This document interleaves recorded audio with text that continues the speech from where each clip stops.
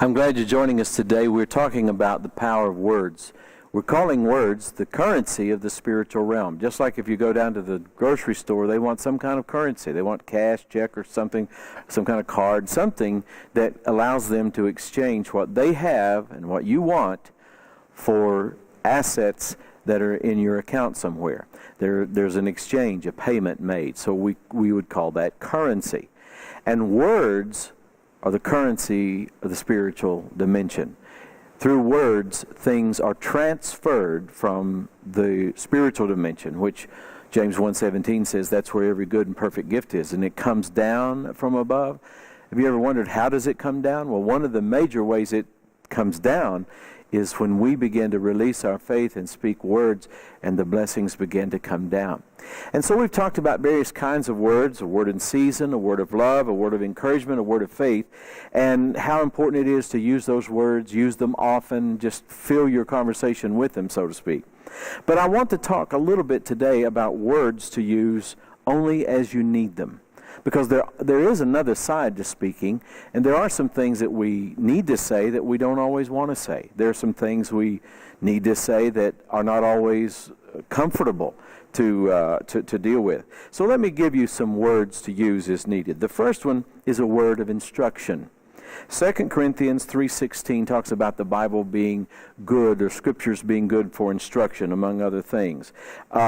We need sometimes to give instruction to a child, to people that maybe work for us, or people that we're involved with in life. But remember this, nobody wants a sermon about everything. Nobody wants 15 detailed instructions about every little thing. We need words of instruction, but we need to use them as needed. The second word to use as needed is a word of correction. In 2 Corinthians chapter 3 and verse 16, we have a scripture dealing with this. And of course, it deals with something that's already been done, something that's been done incorrectly.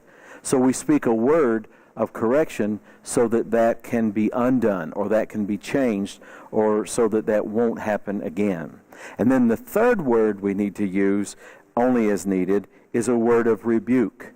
Now, we don't like this one. It's a very strong word, but 2 Corinthians 4:2 and 2 Corinthians 5:20 and Titus chapter 1 verse 13 deals with rebuke. And it's not accidental that those are the pastoral epistles, as they're called. Timothy and Titus were pastors that Paul was writing to.